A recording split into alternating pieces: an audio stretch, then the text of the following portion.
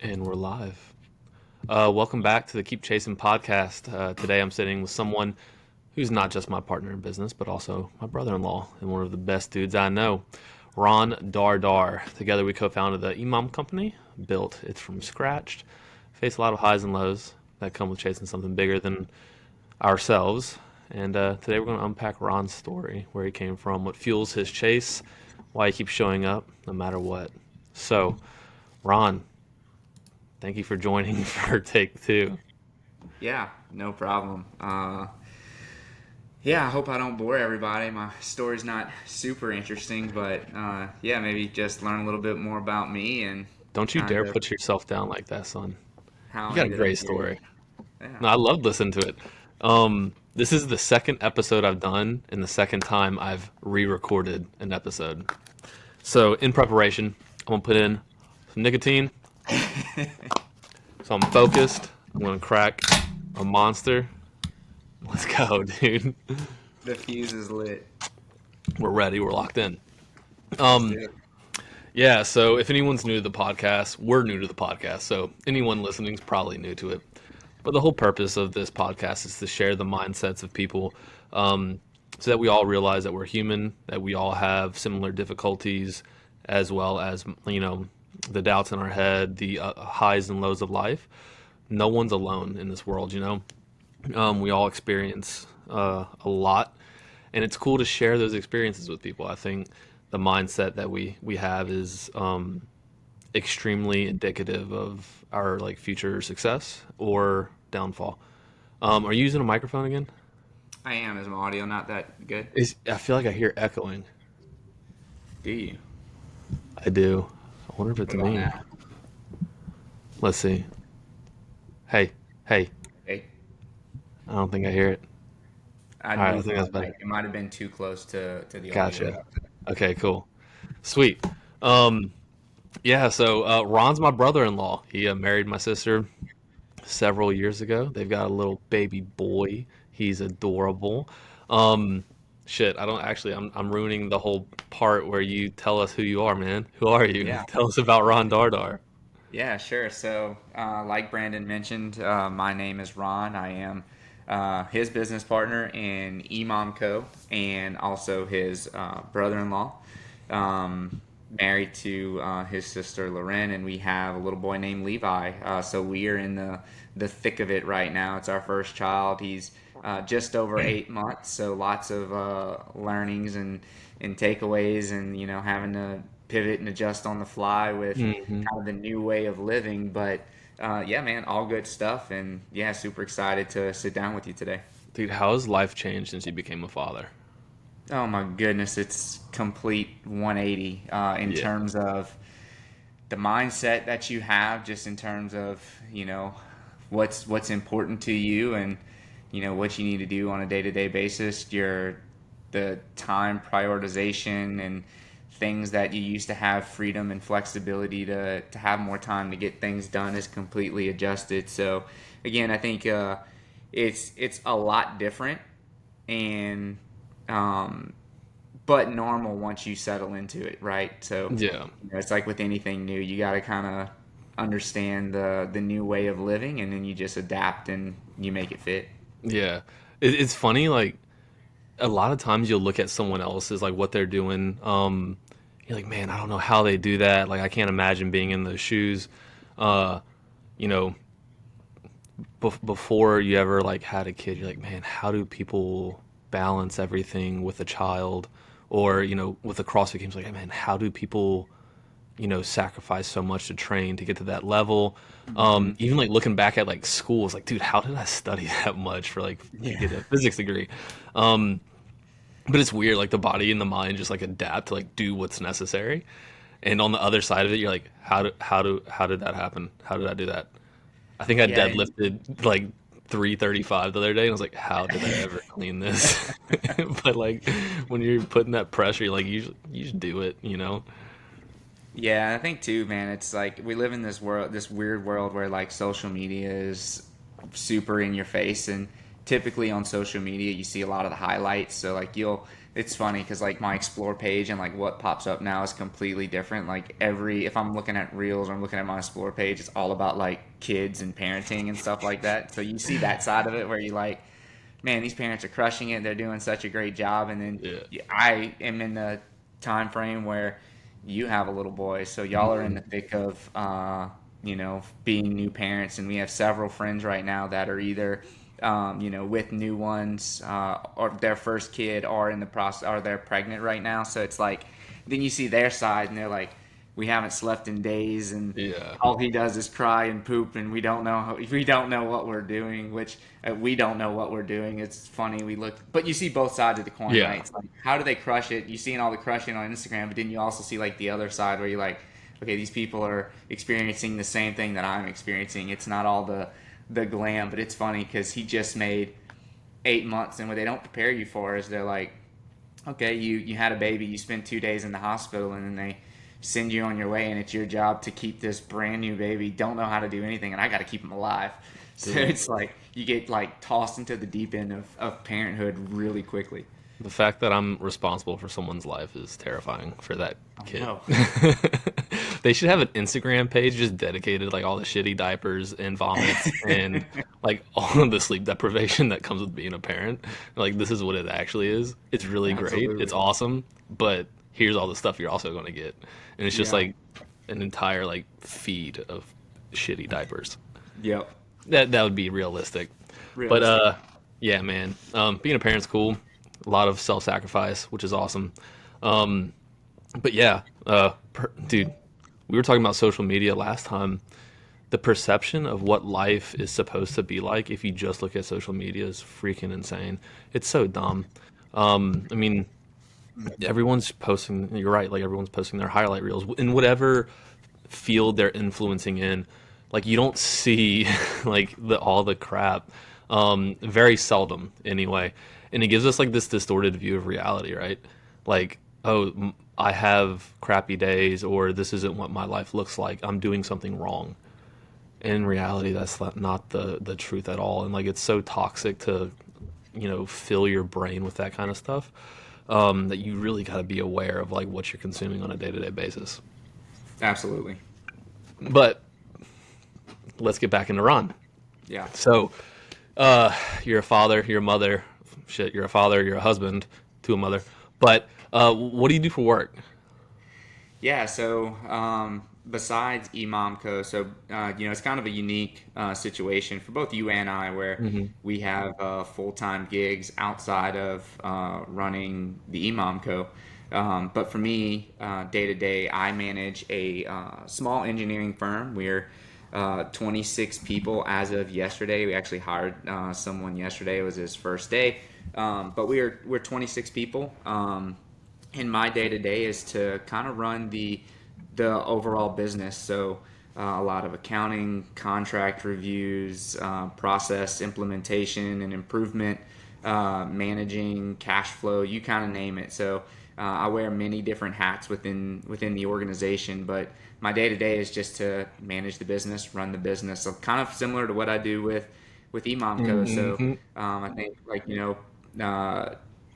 you're definitely the face of the business, and I'm the guy behind the scenes, looking at financials and planning and figuring out what we can and cannot do and when things make sense. So a lot of what I do day to day for my main job is what I also do for EMOMCO. Yeah.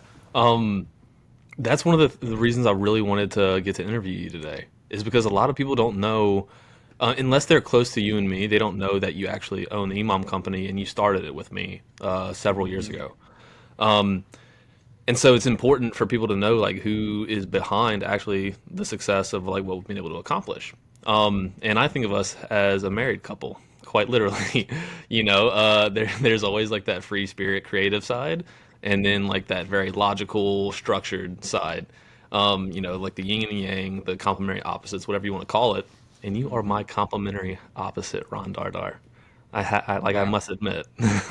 What Brandon is saying is I'm the guy that needs to reel him in often on all these great ideas that he has, and all of which we want to do, but it's like which ones can we do right now, and which ones do Hmm. we need to to execute on Yeah. today or later. And I think it's interesting too. Like it's funny what you just said is understanding the team. So like I'm only one piece to this puzzle, and you and I were definitely in the trenches for.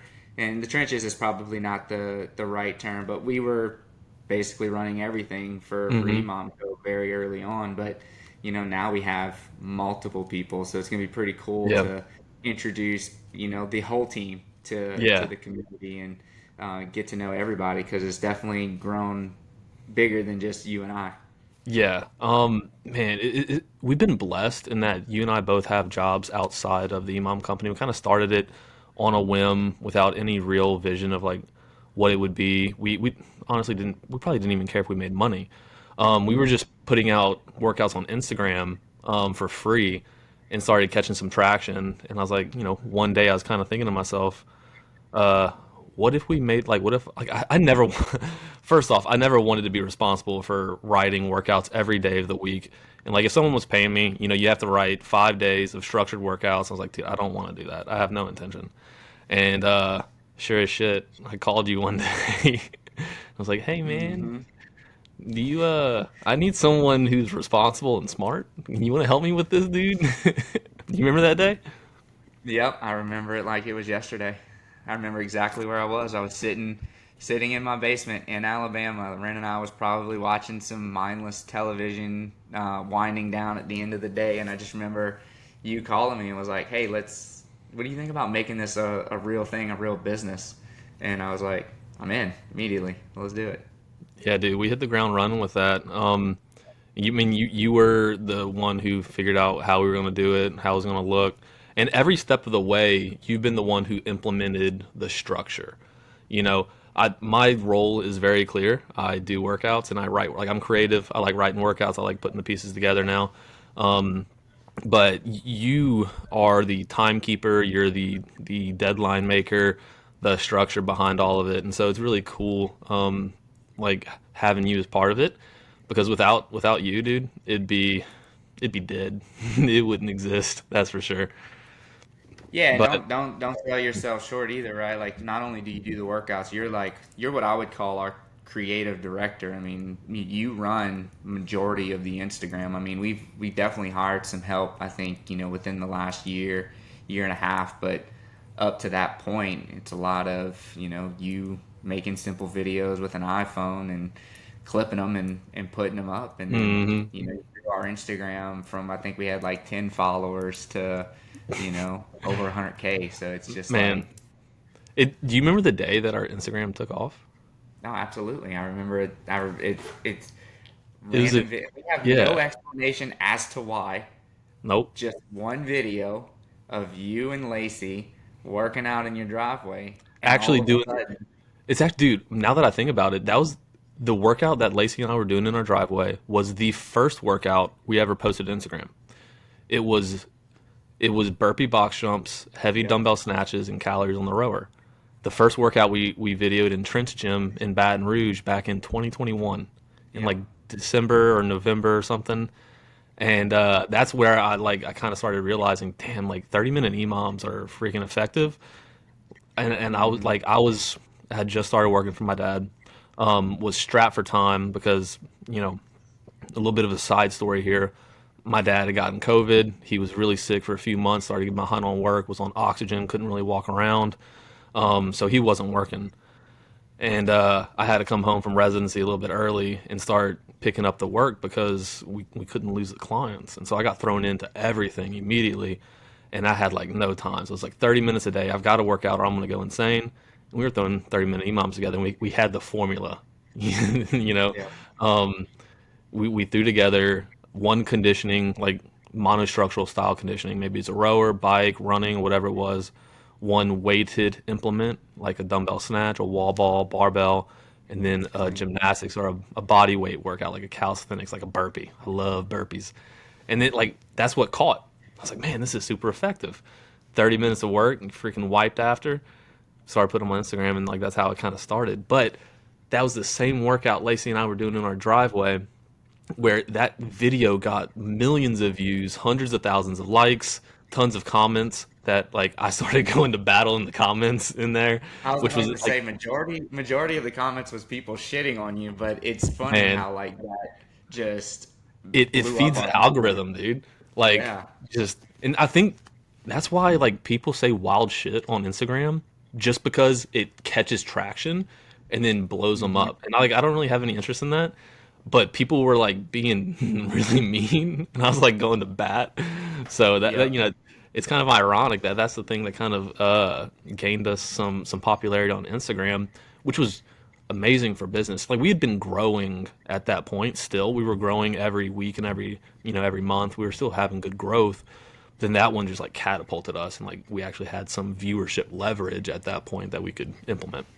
And so Yeah, and I think we'll definitely get into this like just as we talk about the history of EMOM Co and kind of how we got to where we are today. But there's always been turning points, right, where we kind of hit these levels and then we plateaued, and then all of a sudden like something happened within the company. Either we did something or the Instagram blew up, and then we all of a sudden we jumped, and then we mhm. plateaued, and then we jumped. And I think, a lot of that is because we just continue to, learn, adapt, and try new things Mhm. regularly to figure out, what's going to work, what's not going to work. Yeah, I mean, you have to keep working, right? Like if we had said, look, this isn't working, like we're going to stop because it's not moving forward, we're not growing, whatever. You lose your opportunities for that one moment where something clicks or you try something new and it works. And so yeah, that's definitely like a mindset we've got. It's like, okay, like how do we pivot? How do we make this better? How do we provide more value to our members? Which we're really excited about. Some value we want to start providing, which is in the works for the end of the year, Hmm. just to give more value to our members. But yeah, that's been something like a bedrock for us. Is all right. How we pivot? How we move? But Yeah. I want to talk about your history some more. So Yeah. you work with Smithwick Engineering, Yeah, running all that's their right. operations. Yep. How'd you get into that?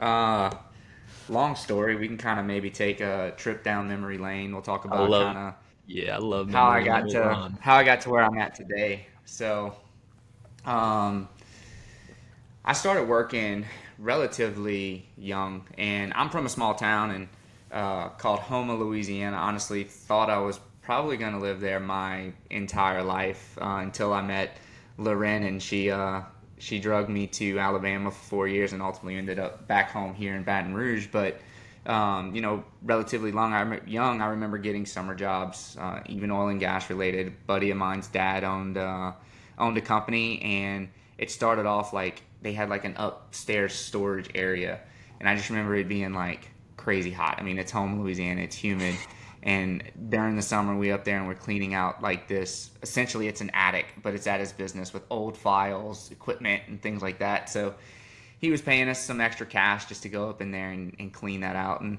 I remember we'd get through like halfway through the day and it was like so hot. He would just come up there and he'd be like, guys, y'all go out in the boat and like go do something. So it definitely wasn't like a serious job. We'd work for a few hours and he'd be like, okay, y'all get out of here. So started doing that. And honestly, that's kind of what I did through my first couple years of college was working for his company, not cleaning out the upstairs storage attic for 4 years, but really learning his business. So he had a wire and rope company, and we would, make wire and rope, what's called slings or bridles, and basically what they use that for is to lift equipment and move it around. So did that for a number of years, and did that while I was in my first probably year of college, and then I remember there was an oil and gas company, big company in Homa that I had applied for a job for. It was like an entry level office position. It was document control, like the most boring job you could possibly imagine, where you just manage documents.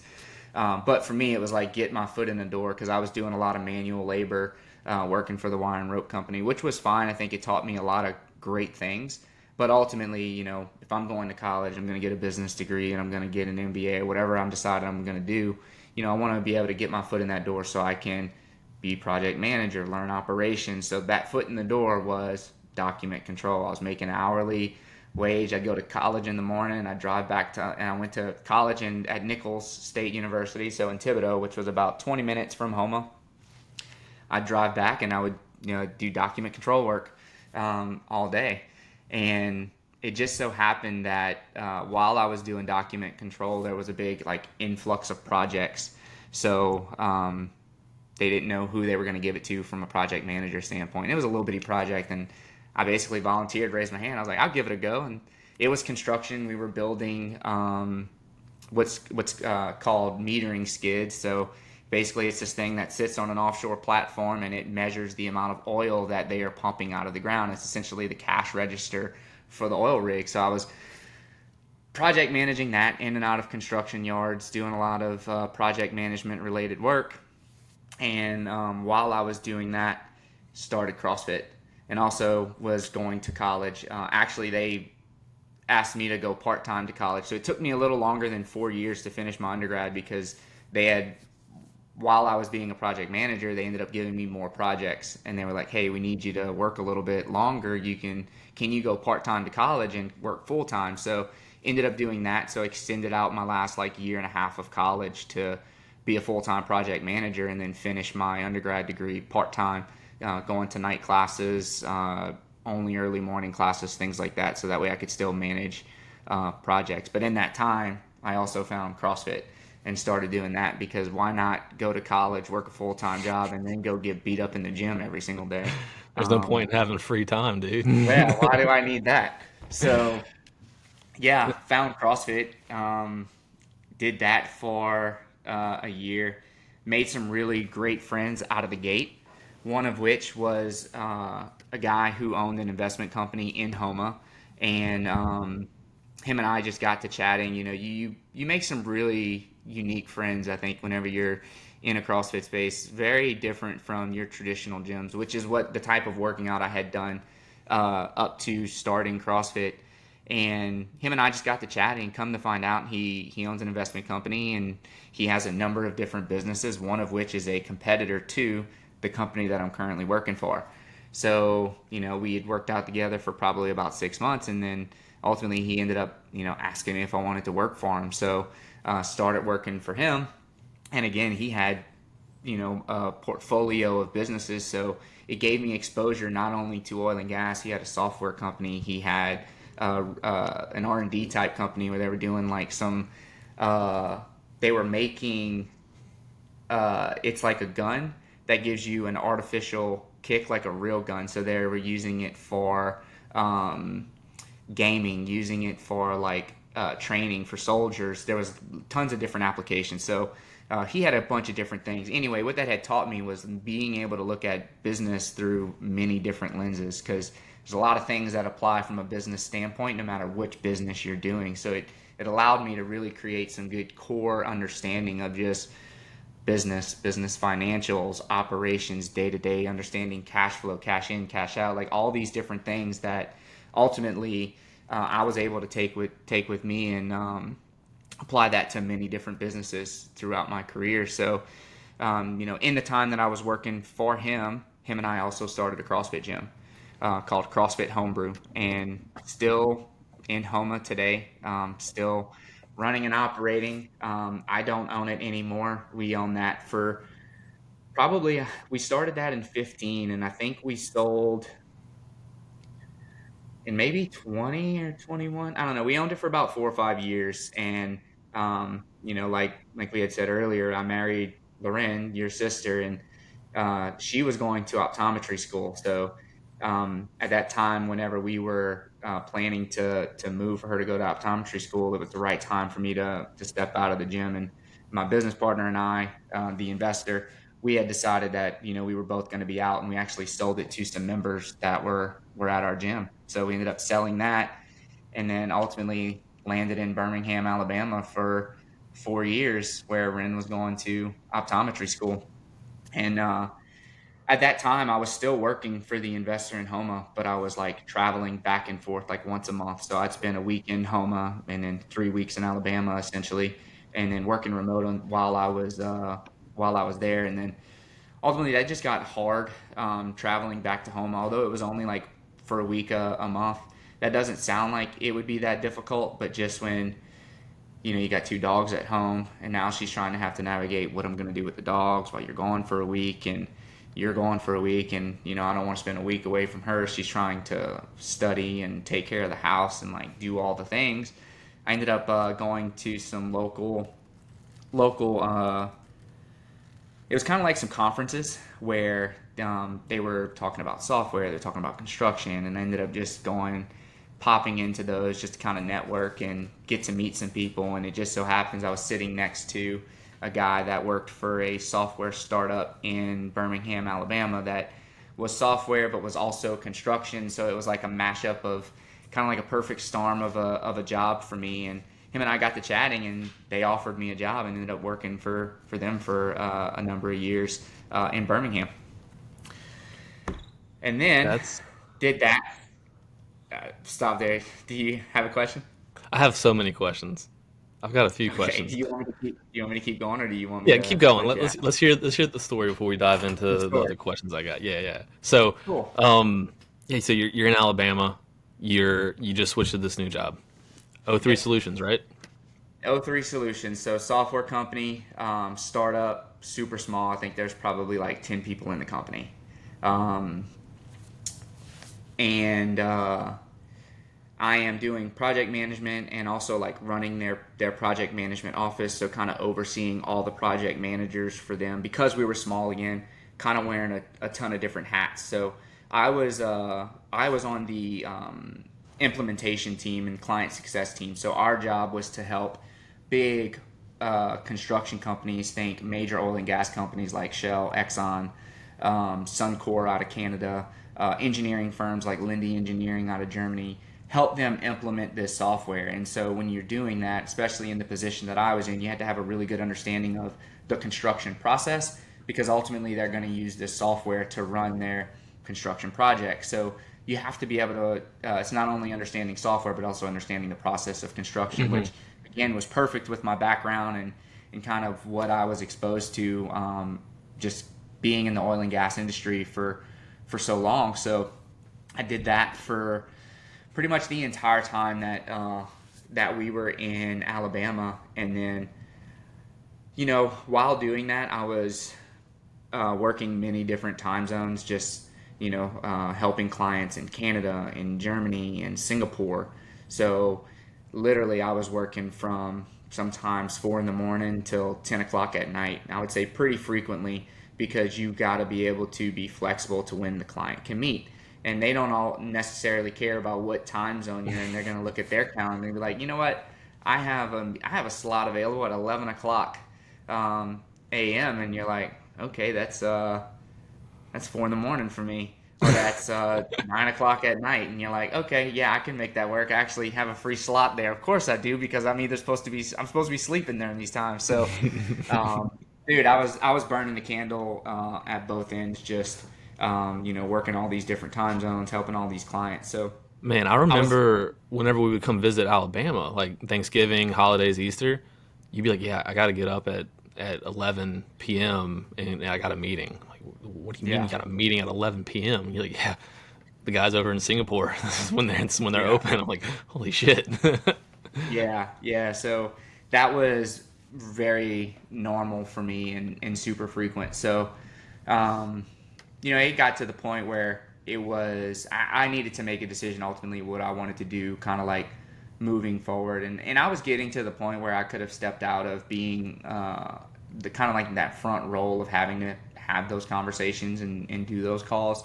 But ultimately, it was like, okay, I'm working for a software company. We have 10 people. It's a startup, which is great. Like, it's an interesting culture to be in, because you're super close to the people that you work with. And, um, and at that point, that's where I had spent majority of my career, was in the small business space, was um, 10 to 15 people, Very kind of, close.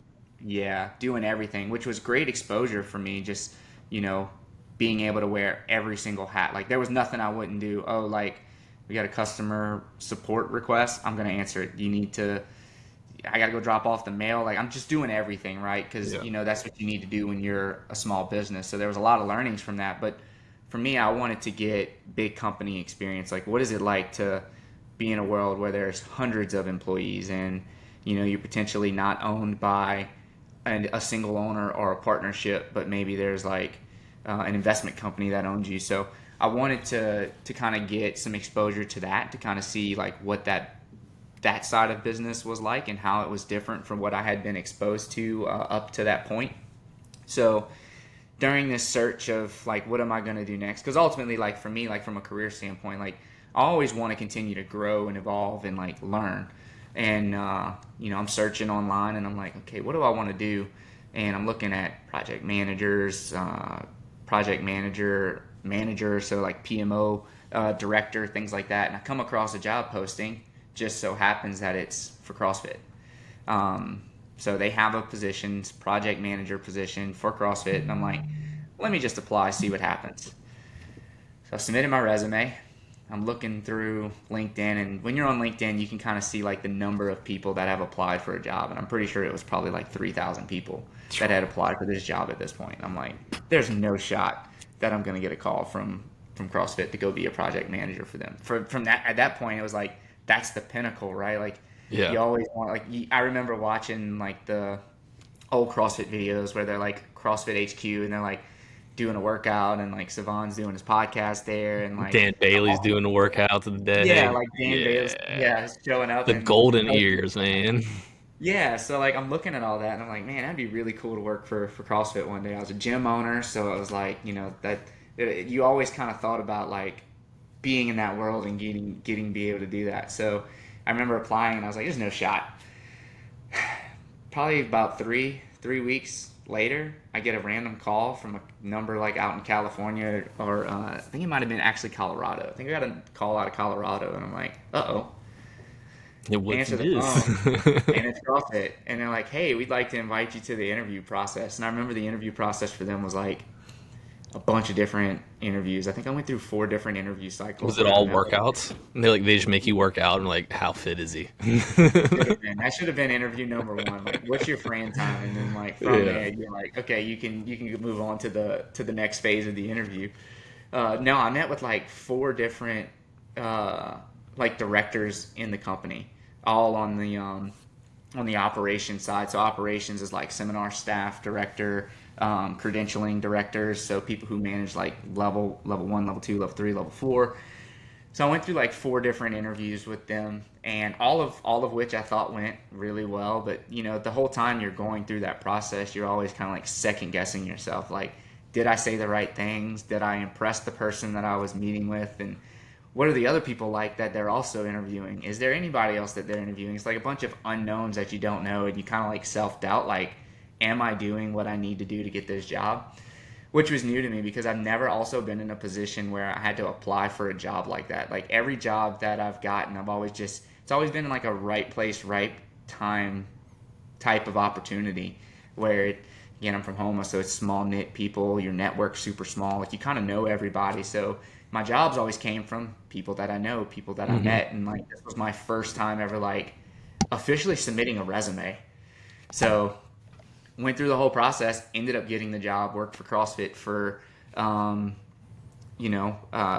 guess it was probably right around 2 years, maybe right under 2 years working for CrossFit. And like at the time that I was getting hired was also the time that they were having what I would call kind of the quote unquote changing of the guard. I think I've heard people kind of say that term multiple times when talking about like who owns and runs CrossFit, but like at about the time that I was getting hired was also the time that Don was getting announced as the CEO. Yeah. So working for CrossFit for a couple years, like there was definitely a shift. I think like at that time, like when I was hired on, Dave wasn't even at the company. So Don gets hired on, Dave gets brought back, and like you can just kind of see like a shift of things were changing within the organization. And as a lot of people know, like there was a round of layoffs at CrossFit. It was probably about my 1.5 year mark with CrossFit, is whenever they were really starting to like ramp up the rumors of like, hey, layoffs are likely coming. Yeah. So at that time, like I'm freaking out because I had just been there a year. I think I was probably the newest person on our team.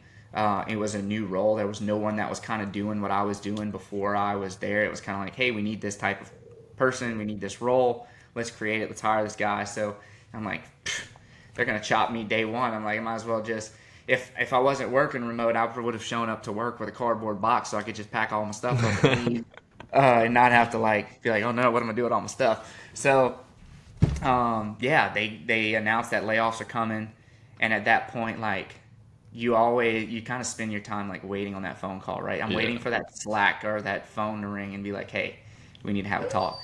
And at this point, like people around me are starting to just like drop.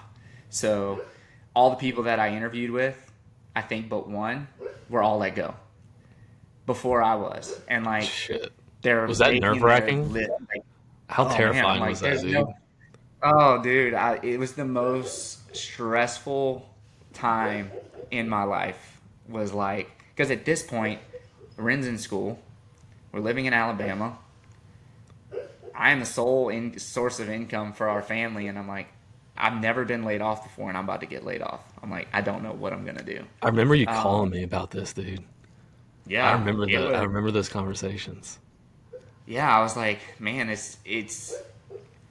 I was looking for like, I think some sense of it's gonna be okay, right? Like you lean Hmm. on the people around you and like the people that know you, and you seek guidance, you seek all these different things, and I was like, man, it was new territory for me, and I wasn't sure how to handle it. I've never been in that type of situation, and there's probably so many people that have been in that situation, like, and I'm just like, man, I don't know what I'm gonna do, and at this point, like, I'm 98% sure like I'm getting laid off. I'm like, it's going to happen. It's just like when.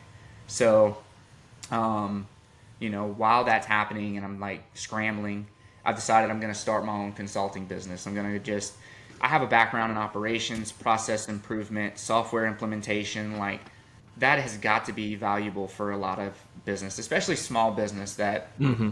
they can't hire somebody to roll out software. They can't hire somebody to do process improvement, but maybe they can hire a contractor to come in and work an hourly rate and hey, you got X amount of hours a month to do some process improvement. Let's figure out what that is and let's get it done. So I was like, that's what I'm going to do. So I started my own consulting company. It was called Velocity Consulting. It feels like my basement is like where businesses start. It's where you called me. Where I created my LLC. I was like sitting in the basement and like if for me it's like I never just sit down and watch TV. Like even if I'm watching TV, 9 times out of 10 I have a laptop in my lap because I'm like TV's kind of like just burning time, and I'm like I need to do something to be Hmm. productive. Like let me Yeah. go get this thing I need to get done. So I got my laptop and I'm like, let me just start an LLC. So like I started it, and then I'm like, it's probably a week goes by and I hadn't done anything. I'm just like, I just started the LLC. The paperwork comes through, and I'm like, okay, what am I do now? At this point, I still haven't been laid off. People are still dropping left and right. Like I'm actively slacking someone, and then all of a sudden, like I see them go offline, and I'm like, what the heck just happened? And then I get a text message that says, hey, I was just fired, and No I'm like, shit. no shit, Oh my god. yeah, and I'm like, oh man, Let, so let me let me pull this company faster. Let me. so that happened, and I'm like, okay, start sending emails to just people in my network that I've worked with in the past. Um, I worked with a lot of big oil and gas companies, so I'm like, surely there's somebody that needs some help. So there was a few key people that I worked with over the years that I just like reached out to, and it just so happens that one of them was like, yeah, this is actually perfect timing. I need this yesterday. So ended up just starting with one client. He introduced me to a second client. Then I got two. Then all of a sudden I had three. And then I had four. And here we go. I was not laid off by CrossFit. So now I have a consulting company. And then I have everyday work that I'm doing Andy with Marco. CrossFit and EMOM Co. And so I will say I didn't have four clients while working for CrossFit. So I did have two. And I'm like, at that point I'm like, oh man, this is getting real. Like I'm clearly have a runway with the consulting company, but I'm also like I'm not gonna waver on the things that I need to do for my job. Yeah. So, but it was just weird, perfect storm of things that like led me to start this company, which ultimately led me to where I'm at today because the owner of the company that I work for right now was the first person that I reached out to with my consulting company. And he was like, absolutely, I need you yesterday. And fast forward to today, I work for him full time and still work for those other companies that I was doing consulting for just under the Smithwick umbrella now. Wow. It's crazy that like such a moment of like desperation, even though maybe just like in your mind desperation because you didn't know what was going to happen. You start putting into like you're like, all right, I've got to make something happen, and like it just catapults this step of growth for you. Because we talked about last time, whenever you stepped into the role with CrossFit, it was almost like a sidestep for you. It because it was a sidestep in terms of income. It was a sidestep in terms of workload and like responsibilities, but it was the right decision for you in the moment because of the the where you were at in life. You needed to have some stability with your family, and you weren't willing like your pain tolerance in terms of like sacrifice. You weren't willing to sacrifice more for your work because it was taking so much time away from your family. Okay, I need a sidestep, Hmm. and it felt like a sidestep in the moment, but it ended up catapulting you into this new position that was a blessing. Yep. And there's times in our lives where we don't know what's going to happen next, and we're scared and we're anxious. If we just kind of keep like our head above us and keep like a sense of faith and something greater, they can often if you keep your ear down to the ground, they can end up being massive blessings in the long run. Yeah, and I think that's key, right? It's like having faith and I'm a big believer in you're where you need to be when you need to be there. Hmm. And I think, there's definitely a higher power that's putting you in those positions. I think at that time I didn't understand that. But if I look back just and again, I'm 35, I have a lot of life left, but just looking back on my life and kind of where I'm at today versus where I was, I can clearly see like there's definitely always a reason where I was and when I was doing it, and someone put me there. So I'm very strong in my faith, and I believe that God is always working to you know keep you progressing in life and Hmm. um, putting you in positions to be successful, although you may not see it in the moment. And that's probably been the hardest thing. And like you said, it was definitely a sidestep. It was probably even a step back from a role slash title standpoint because I went from like running a project management office where I had project managers working for me, and I was still actively managing projects as well for some of our key bigger clients. But going back to just being a project manager. And for me, that was definitely a step back. But ultimately, it was like I need to take a step back to go 10 steps forward, right? Hmm. And figure out like, how can I do this same thing that I've done for these small companies, do it for bigger companies, and then take that learning and apply that somewhere else. Did I think CrossFit was going to be the place where I was going to retire? Absolutely not. I mean, they had been through, at this point, we all know about the media situation where they basically Hmm. got rid of everybody, and then then they had the round of layoffs while I was there. So did I think that was going to be the end stop for me? No, but again, I think it was trying to get an opportunity to again learn and keep moving myself forward. Yeah. Now the thing is, whenever you're in those hard seasons and you're waiting for that next opportunity, or like you have the faith that it's going to be something better, you still have to take action. And like um Dave Ramsey actually has this awesome quote. It's God provides for the birds of the air and the fish of the sea. Like he provides for the least of these. But then he says, but God doesn't throw the worms in the nest. You still have to go Yep. out and work. You still got to take chances. You still have like, and that's what you did. Like you're like, okay, I don't know what's going to happen next, but I'm going to start moving my feet and put something into play so that I'm ready and like I maybe have an opportunity down the line that's going to set me up for success. And that's exactly what you did. Like you started moving your feet, you went out and got the worm, so to speak. Yeah, and I mean, so I mean, if I think about my career, there was multiple times where I've had to take steps back to move forward. So, when I was working for the investment company, I was operations manager, not only for one business, but multiple businesses at a time. So, Hmm. overseeing day to day operations for multiple businesses. Then I start working for this startup that's got, 10 to 15 people in it. And when I took that job, it was a project manager job.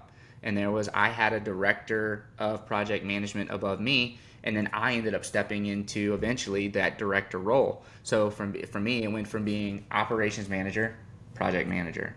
Then I was Yeah. director of project management. Then I did the same thing at CrossFit, project manager. But ultimately, now I didn't get to progress through CrossFit, but Hmm. through a series of events, it led me to where I'm at today, where now I'm running this engineering firm, and we're growing year over year.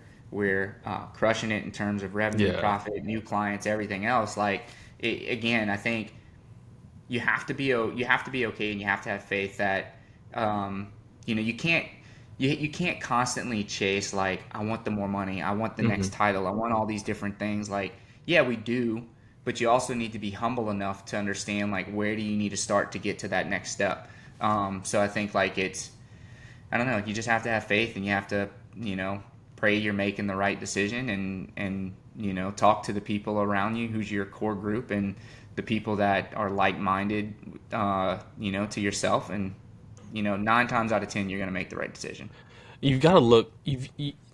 So many of us want to look at the next, like what's this gonna do to me next month, next week, tomorrow.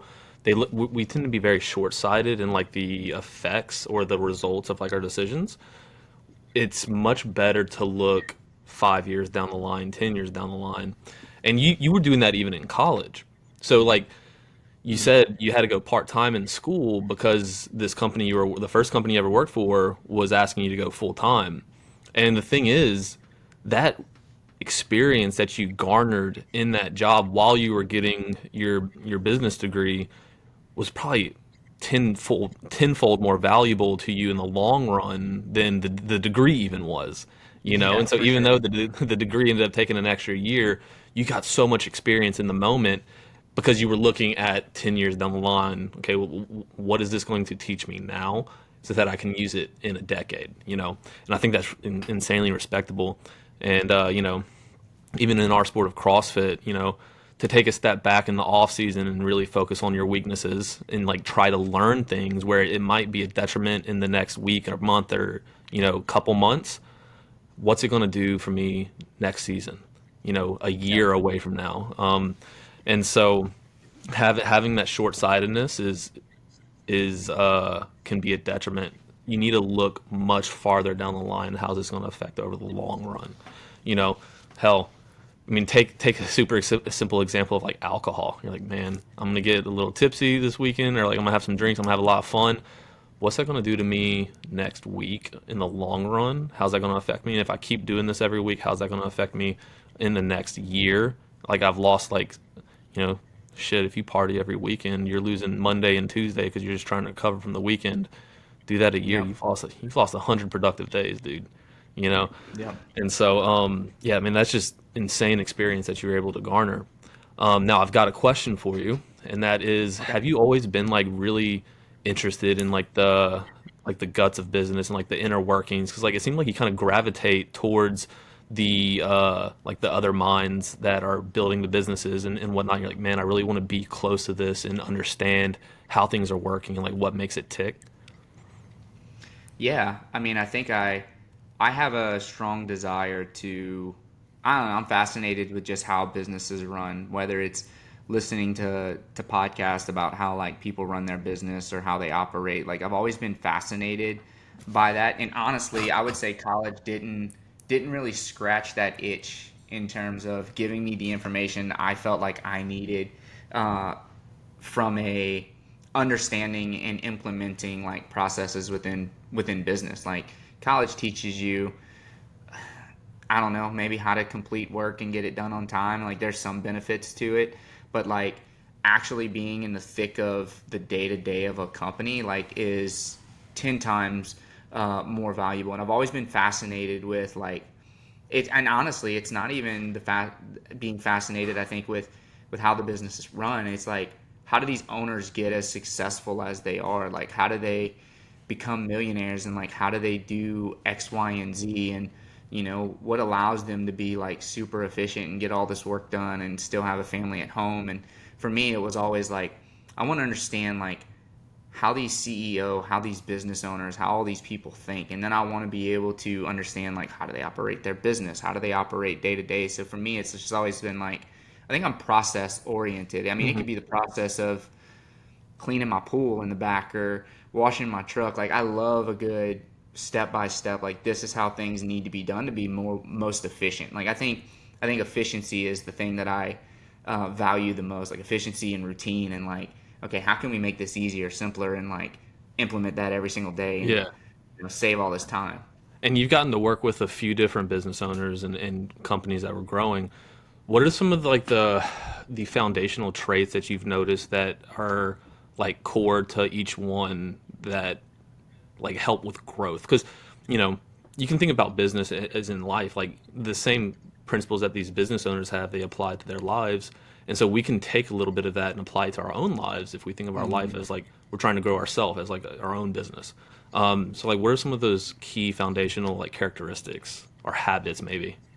Yeah, sure. I mean, I think there's two things from a business standpoint that really stick out to me, and um, one is process, because I think there's a lot of inefficiency within companies, and people will make bad hire decisions because they feel like, I don't have enough time to do X, Y, Z. Is that the case, or is just your process not super dialed in that you could have that person do it versus hiring someone else? So I think it's one, like trying to make the business operate and run as efficiently as possible. I think that's one side, and I think the other key thing is like, you have to really understand your business. So, um, I'm reading a book right now. It's like managing a professional services firm, and it's really focusing more in on not getting work, but saying no to work that doesn't align with your core business. Like, I think oftentimes, especially when you're a small business, like, any work is good work, right?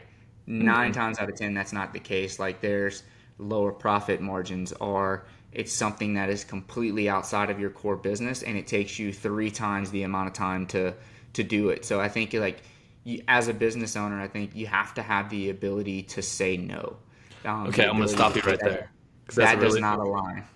that's a really interesting point. How would you apply that into your life? Yeah, so this is funny because Ren and I talk about. So Ren is short for Loren. I call her Ren, but that's my wife. We talk about this all the time, um, in a number of different ways. So it's like, with our time, because like, now that we have a kid, she's an eye doctor. I run an engineering firm. Like, we're strapped in terms of like free time and just like the freedom to go do anything and everything that we used to do.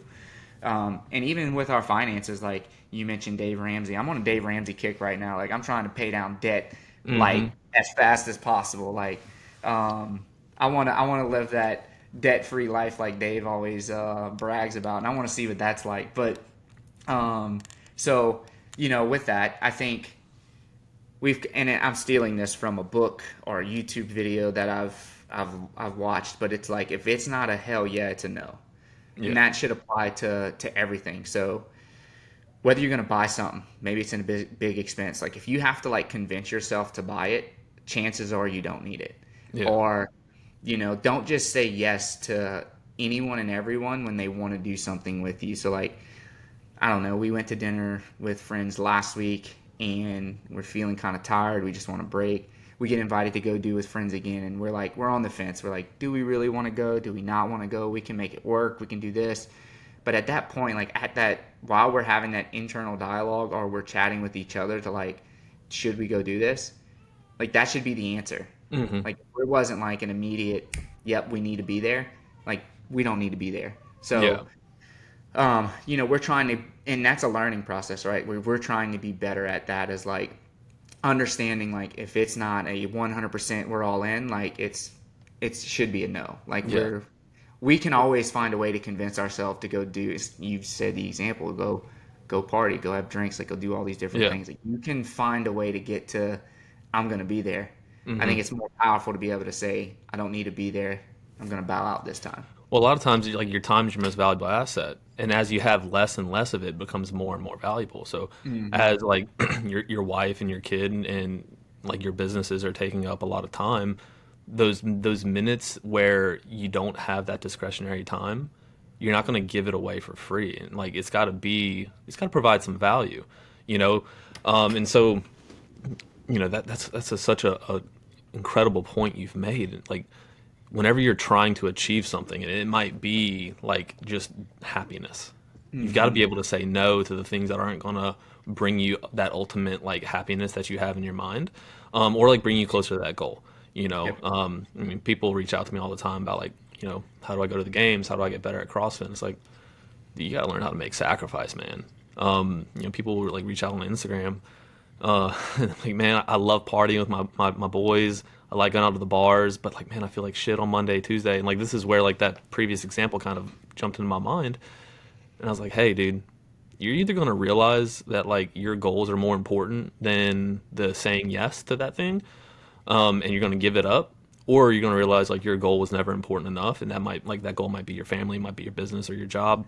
Um, and then you're just going to keep saying yes and then keep getting like mad at yourself. And so, just And I being able got to to say see that. I got no. to see that firsthand with you, right? Like I've Hmm. I've been around for majority of your CrossFit career, Hmm. so like, um, and when I say been around, like firsthand experience. Like I am there when, we're at holidays and we're hanging out by the pool and we're having drinks and Brandon's in my backyard on a C2 bike doing intervals because he's got to get his conditioning up. The games Yeah. are 5 weeks away or whatever it is. Like Yeah. we got the girls tanning and I got I got a drink in my hand. I'm sitting out by the pool, and Brandon's just sitting in the back doing C2 bike intervals. But I mean, I got to see that. Like you did that year over year. Like there Hmm. was things that you had to miss. I remember family events and functions where you would show up, you'd be there, Hmm. but you would never flake out on training either. Yeah. So it's like, I got to see all the sacrifices that you made year in and year out to be at that level, and make it there. I mean, there was also times where I said no to like, Yeah. we're not coming this weekend. Like, I'm sorry. Like work was a lot this week, and I've got a lot to do this weekend, and I've got to get these things done. And that's a big reason why I stepped away from competing. Because there were so many times, where I'd tell Kristen like, hey, like I can't go on vacation. We can't do this thing. I was like, but whenever I'm done competing, like we'll finally be able to do those things that we want to do. We'll Yep. finally be able to have fun. I'll finally be able to live and like have like a normal life. Um, and it got to the point where like I talk about like your pain tolerance for sacrifice. My pain tolerance for sacrifice, like I was like, I can't keep doing this forever. Like I don't want to keep doing this forever. Hmm. Because I loved competing, but ultimately it didn't do anything for me and Kristen. In terms of I didn't make money from competing, and it took a lot away from her and my family and like myself. And I was able to do that for a while, and I loved it. I loved the process. And Kristen would have supported me, like the family would have supported me, like you said. Like I was at holidays, and no one ever really said much about me, like going to work out or, I'm doing interval like C2 bike intervals on July 4th in your backyard, and everyone's like watching my pace and like talking to me Yeah. while like I'm working out. Like everybody, like they were cool with it. They supported me. And it was incredible to have that support system. But ultimately, it's like, man, it's got to have a timestamp on it sometime. And whenever Kristen got pregnant, I had already kind of decided like that was going to be my last year. But whenever Kristen got pregnant, like it really sealed the deal of like I need to be around more. I need to be more present. Because even when like during the off season, if I was on vacation, dude, like I really wasn't there. I've always had a really hard time being present with family, and because my mind was either on work or on CrossFit. Like they Yep. they completely consumed my mind 24/7, and whenever I was away, like if I was with Kristen or I was with family, I wasn't really there. And Yeah. like You you had probably anxiety, know. right? Of all the Yeah, things that you're missing that needed to get yeah, done. You're like, I'm being lazy. I'm not doing what I need to be doing. and it was absolutely fucking exhausting. you Yeah. know. And those are the hard things that you go through as a competitor. And, it's okay. And you have to be okay with making those sacrifices because, in my mind, I knew it was temporary. It wasn't going to last forever. It had a timestamp on it. And Kristen understood that it had a timestamp on it. So she supported the decisions. But it was really hard because, man, like someone asked me what a dream vacation was once. And I was like, dude, I don't have like a dream destination. I have a dream mindset. Like, I just want to be fucking present for once. Hmm. Like, I want to be there. I want to be where I'm at and not think about anything other than my feet in the sand or like the drink in my hand and just being with the ones that I love because I wasn't Yeah. there for over a decade. Like, over 10 years, I just wasn't present. Yep. Even when I was there, even whenever I was like, okay, like, yes, I'll put aside training, we'll go do this thing or whatever.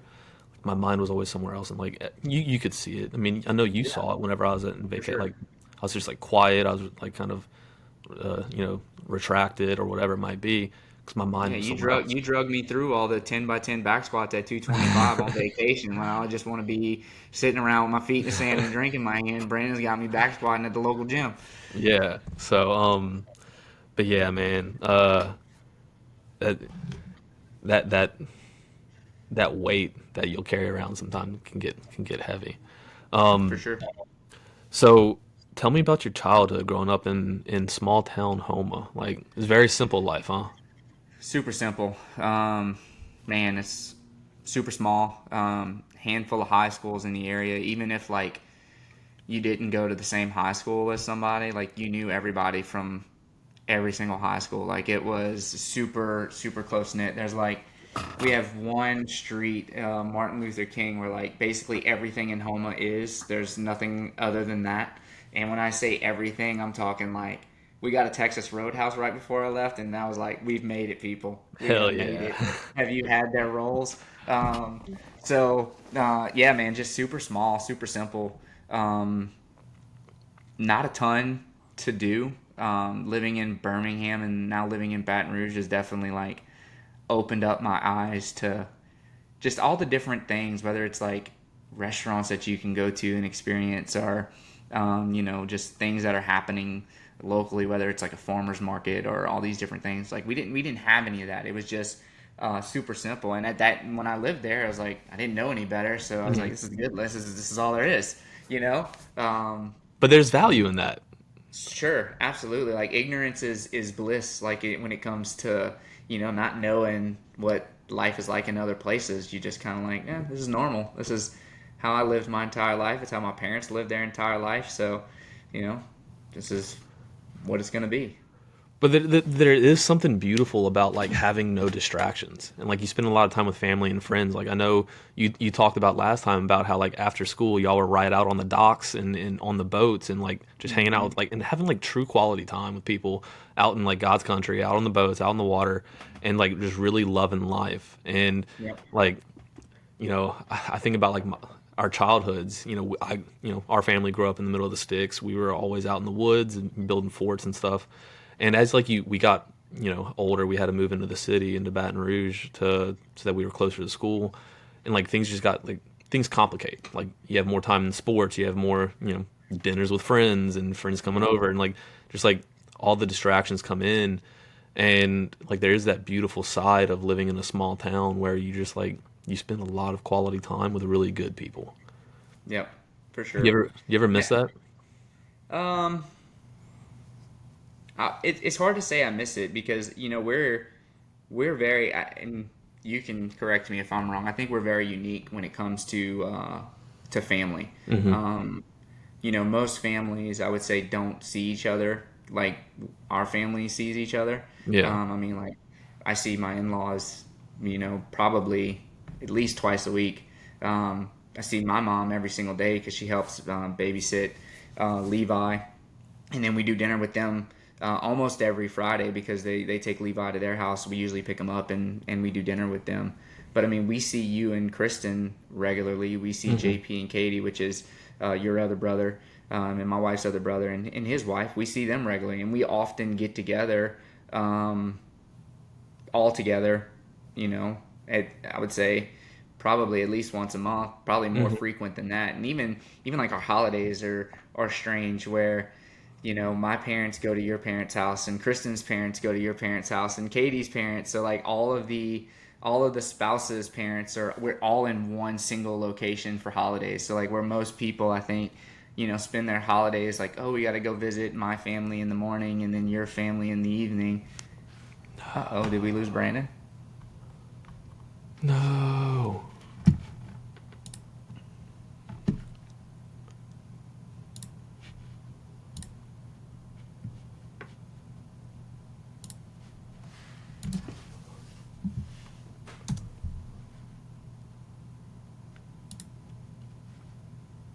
Stand by, people.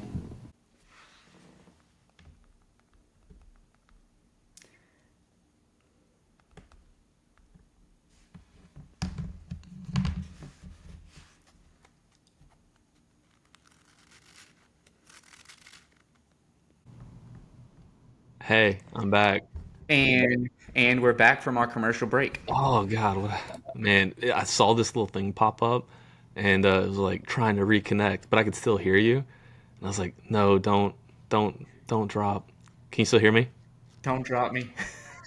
Yeah, I can hear you. Can you see? Can you see? Okay, cool. Okay, we are still recording. Thank God. Okay. Whew. Hopefully it doesn't f up again. But Yeah. yeah, I mean, I think like there's that little bit of simplicity of life that we still try to like hold on to pretty tightly. Sure. Um, Man, I feel like my it's still giving me like this shitty little spinny box. Can you move around a little bit, or are you frozen? You're frozen. Damn it. Can you hear me? I can hear you. Your picture quality is terrible though. Yeah. So you're just frozen. Well, hopefully we can still hear each other on the recording. If not, fuck it. We'll just there we are. Okay, we're good. I think we're good. Okay. But yeah, dude, I mean, family's important to us. Family's also been important to you because I mean, you've always worked for like very small firms where you felt like family, and like it's just been like a very recurring theme. The team, so to speak, the team behind you in life, and that value is just insanely immense. Like it's just immense. Yep. Absolutely. And How you was? know, uh, no, go ahead. No, I don't want to interrupt you. You might have a golden No, nugget go to ahead. say. How was your I don't. father an influence on you in your life? Yeah, huge. So my dad was, he had a very simple life as well. He grew up, and most people are going to be very shocked by this, but he had 14 brothers and sisters. So, they and his family came from like commercial fishermen, so like shrimping, crabbing, those types of things. Like that's what all his family did. And my grandma, up until the day she died, I think she was like 93 or 94, was still working in her garden pretty much every single day. Like she literally had acre or a couple acres of land in her backyard, which was all garden because when you got to feed 14 kids and you're a commercial fisherman, like you have to do something to feed these kids. So um, like I just always remember her working in her garden. But my dad, had very simple life. There was no drive for like higher education or anything like that. So like college was never even on the table, kind of for him, just with his upbringing. So he did the commercial fishing for a while, but there's so many ups and downs when it comes to living that life because like what you're going to make in a year is seasonal, right? It kind of depends on, is there shrimp and crabs? If there's not, then you don't make any money and you had to pay fuel for the boat. You had to do all these different things. So, like, it was very like this. And I Hmm. think he was looking for something more steady because at that point he's like, okay, I got a kid, I got a wife, like, I got to do something. So, he entered the quote unquote workforce. Not that he was technically not in the workforce being a commercial fisherman, but he started off very simple, like he was a welder and a fitter at a construction company. Did that for a number of years, and I got to see like he did some offshore stints where he was gone for 7 days, home for 7 days, and did a lot of traveling and working and things like that. And I got to see the hard work, and there's nothing my dad can't fix, right? Like he's just very mechanically minded.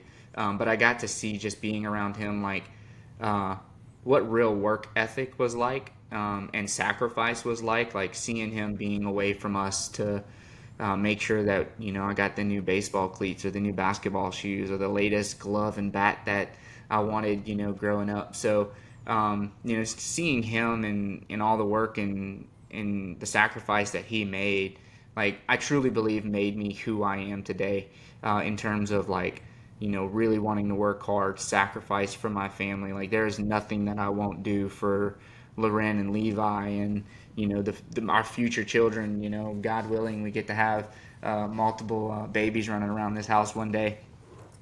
There's nothing I won't give for them, and I truly believe it's because like I got to witness my dad make those same sacrifices and teach us that work ethic. Like whenever I got that summer job when I was 16, it wasn't really like it wasn't, I didn't want to work. My dad was like, "Oh, you're going to start driving and you're going to have to start paying for gas. So you're going to have to get a job." So, that's just how my dad was wired. Like you want something in life, you go and you work for it. And, him teaching me that like the day I started driving was like, okay, you're about to learn. Cause at that point it was just like, yeah, I'd do chores around the house, but it wasn't work. And then I got thrown into that.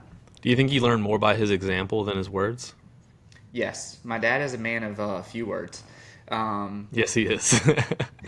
very, very stoic. Like my dad is more about action than he is about talk. So, um, and it's funny because like I feel like I can have a conversation with anyone, and I enjoy talking with people. I don't know where I got that from because both of my parents are super quiet. Maybe it was because they were super quiet. I had to do all the talking in the house, and I self-taught myself like how to have conversations. But yeah, definitely for sure, it was definitely based off of action, not of words. Like my dad is the type of guy that if he has to tell you something needs to be done, you've already failed.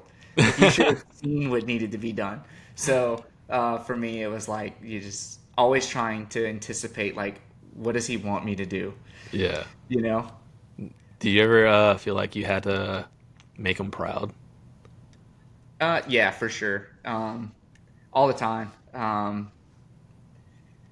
Not that he ever put a lot of pressure on me, but I think the pressure was more like around the sacrifice that he made, and I didn't want that to be a waste, right? So like I love that. Fucking I love kind of that. felt like I had to do the most with the sacrifice that he made because like if I waste it and I ended up being a nobody and I'm not holding down a job and doing all these different things, I'm like well, all his sacrifice would have been for nothing, and like how Yeah. selfish of me would that have been?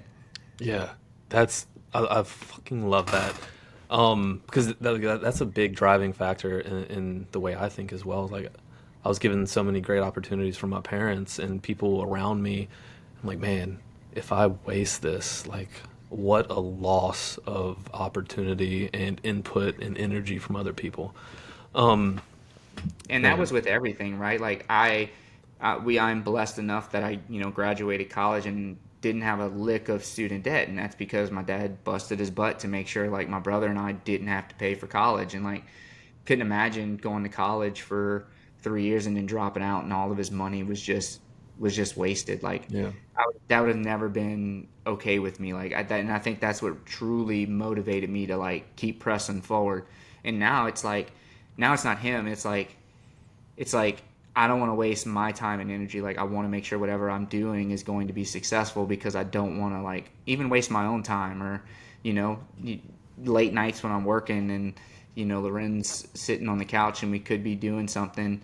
I'm like I just need to hurry up and get this little thing done. Like I can't make that sacrifice. Same as you did for the CrossFit Games. It's like hmm if you'd have been making all that sacrifice and I don't know, you're getting beat by people in your gym every single day. You're not even making it to regionals or never making it to the games. It's like, what is all that truly worth, right? It's like, yeah. you have to be realistic with where you want to be and kind of how you're going to get there. Um, how are you going to instill that work ethic that your father instilled in you into your kids?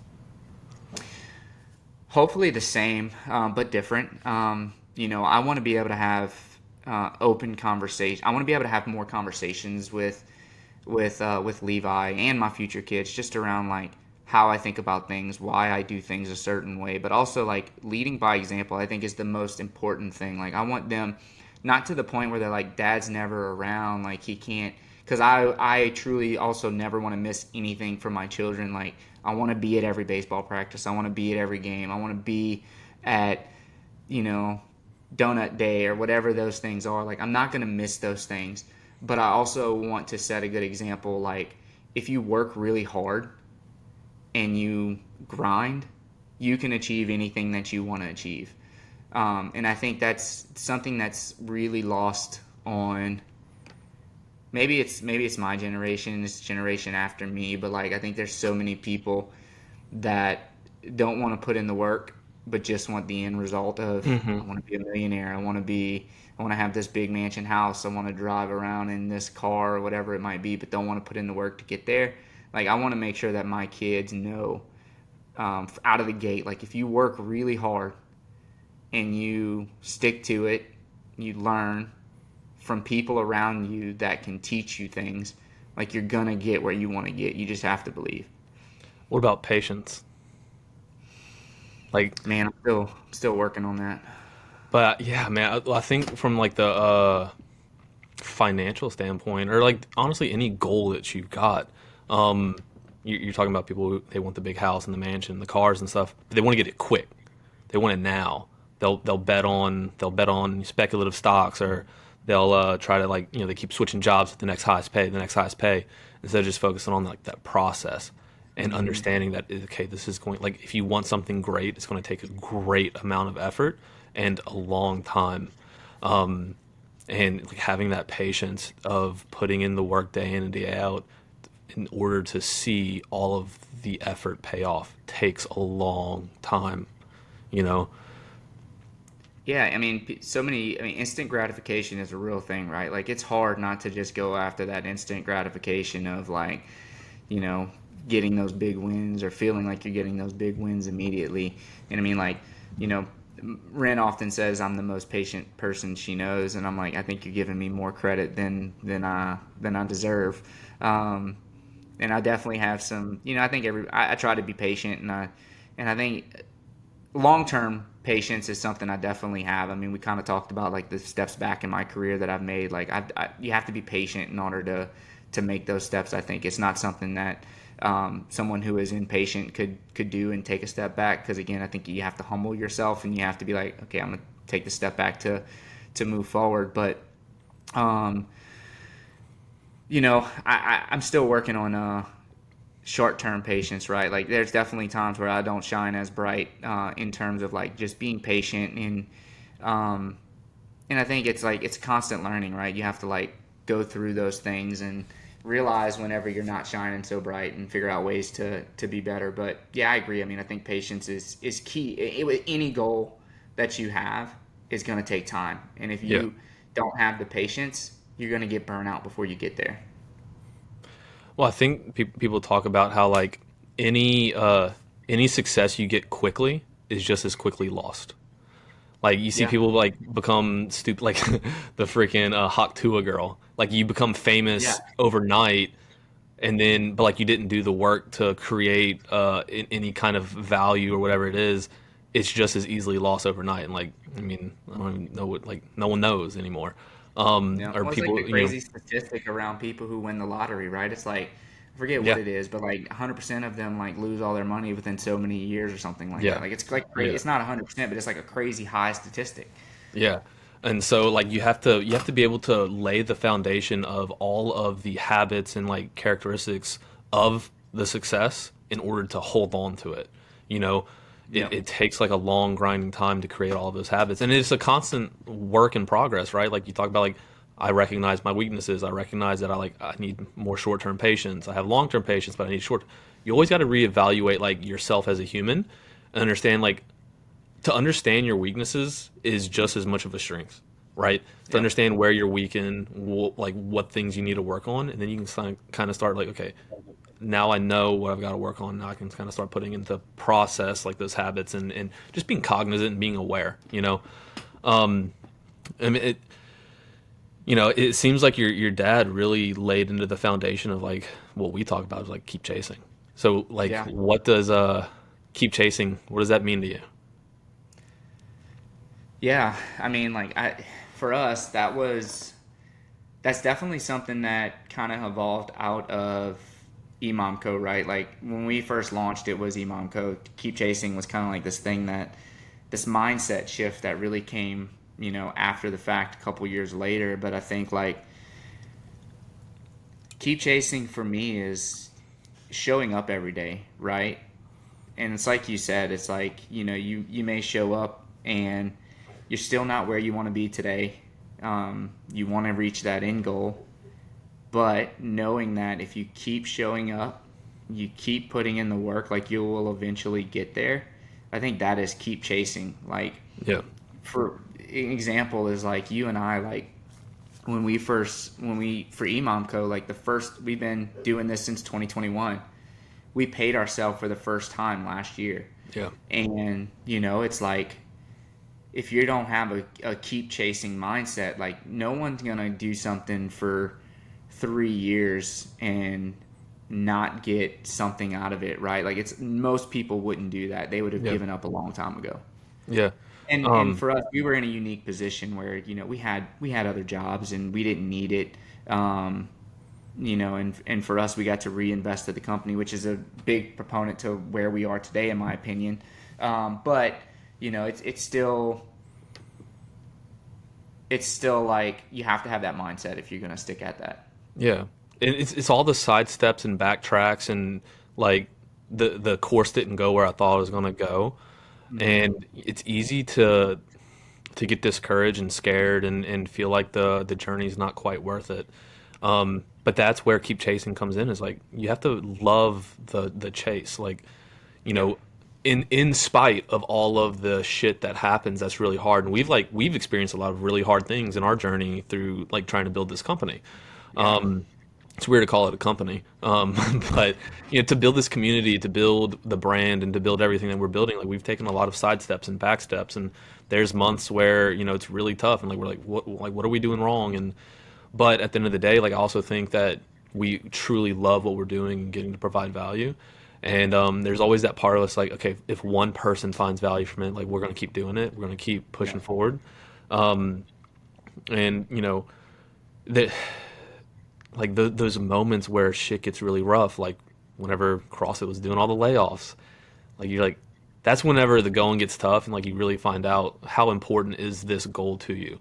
Are you Yeah. willing to make the sacrifices? Are you willing to look in the mirror and decide how bad you want it? What am I doing wrong?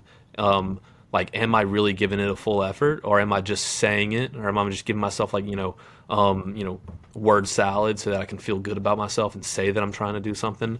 It's like, no, it all comes from like insane action and perseverance. And like, man, I think that every single person listening to this, every single person out there has this innate potential in themselves, and they've just got to go freaking find it. Yeah. You don't have to be the most talented. You don't have to be the smartest. You don't have to come from the biggest city and the most influence and have the best friends. You just gotta have a a inquisitive mind, an insane desire for what you want, and really high pain tolerance in order to Yeah. make it happen. And then you For just sure. fall in love with the fucking grind, you Yeah. know? So, man, Ron, thank you so much for coming on. Yeah. Absolutely. Thank you for Appreciate it. Appreciate you sharing, having me. yeah, for number two. Yeah. Episode two. Number Episode take number two. two, B. Yeah. It's been a blast, man. I got to learn, shit, my internet's going in and out again. Oh no. Um, It's been a blast. I got to both episodes that we shot. We're not gonna be able to. The other one somehow got deleted, but I got to learn a lot about you that I didn't know prior, and I've known you for quite some Yeah. time now. Um, and it's cool to get to dig into you and see what makes you tick and learn your story. And so, yeah, this is the man behind EMOM Co.